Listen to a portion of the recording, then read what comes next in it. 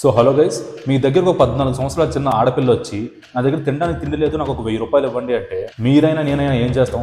ఒక 200-300 ఇచ్చి పంపిస్తాం. లేదా మరీ సాఫ్ట్వేర్ పర్సన్ అయితే ఒక 600-700 లేదా 1000 రూపాయలు ఇచ్చి పంపించేస్తారు. అదే ఆడపిల్ల మీ దగ్గరకు వచ్చి నాకు 1000 రూపాయలు ఇవ్వండి, తినడానికి తిండి లేదు, కావాలంటే మీ పక్కలో పడుకుంటాను అంటే మీరేం చేస్తారు? మగాడిగా పక్కన పెడితే మానవత్వం ఉన్న మనిషిగా అమ్మాయి అడిగింది ఇచ్చి పంపిస్తాం, లేదంటే మన దగ్గర ఎంత ఉంటే అంత ఇస్తాం. అంతేగాని అలాంటి పరిస్థితిలో ఉన్న ఒక అమ్మాయితో ఏ మానవత్వం ఉన్న మగాడు ఫిజికల్ అవుదామని చూడు. మరి అలాంటి పరిస్థితిలో ఉన్న ఒక అమ్మాయితో కూడా ఈ అనివేష్ అనే వ్యక్తి ఫిజికల్ అయ్యాను అంటున్నాడు. ఇది నేను అంటున్న మాటలు కాదు, స్వయాన అతనే అంటున్న మాటలు. అంటే అన్న మొత్తానికి 14 ఇయర్స్ అమ్మాయిని వేసానంటావు. అబ్బా బాములోడు కాదు.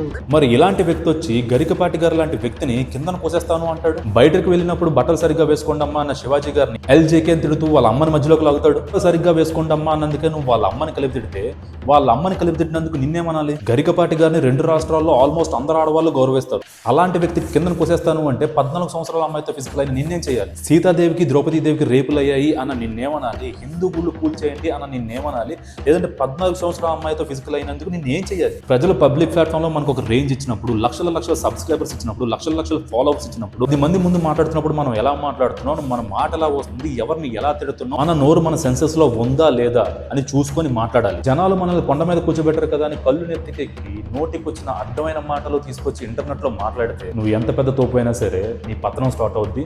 నిన్ను దొరికిన చోటే తొక్కుతావు. నీ అడ్డు అదుపు లేని నోరుకి, నువ్వు చిన్నపిల్లలతో చేసే పనికి మాలిన పనులకి, నువ్వు ఇస్తున్న పనికి మాలిన సలహాలకి నీ ఓన్ సబ్స్క్రైబర్సే నిన్ను ఒక నెగిటివ్ ఫోర్స్ లో చూస్తారు, అన్సబ్స్క్రైబ్ చేసి పడదొక్కుతారు. మీరంటే కొంచెం అభిమానం ఉండేది, మీరు నచ్చేవాళ్ళు, మీ కంటెంట్ బాగుండేది. ఇప్పుడు అసలు నేను చూడట్లేదు అండ్ మిమ్మల్ని అన్సబ్స్క్రైబ్ చేసేసాను. నువ్వు ఎక్కడైతే స్టార్ట్ అయ్యావో మళ్ళీ అదే సున్నాలో కూర్చోబెడతాను. బయట రోజులు బాగాలేవు, బట్టలు సరిగ్గా వేసుకోండి అన్నందుకే వాళ్ళ అమ్మల మీద నువ్వు తిడితే మరి 14 సంవత్సరాల అమ్మాయితోనే ఇతను చేసిన పనికి ఇతన్నేమని తిట్టాలి, ఇతన్నేం చేయాలి? కింద కామెంట్ బాక్స్లో మెన్షన్ చేయండి.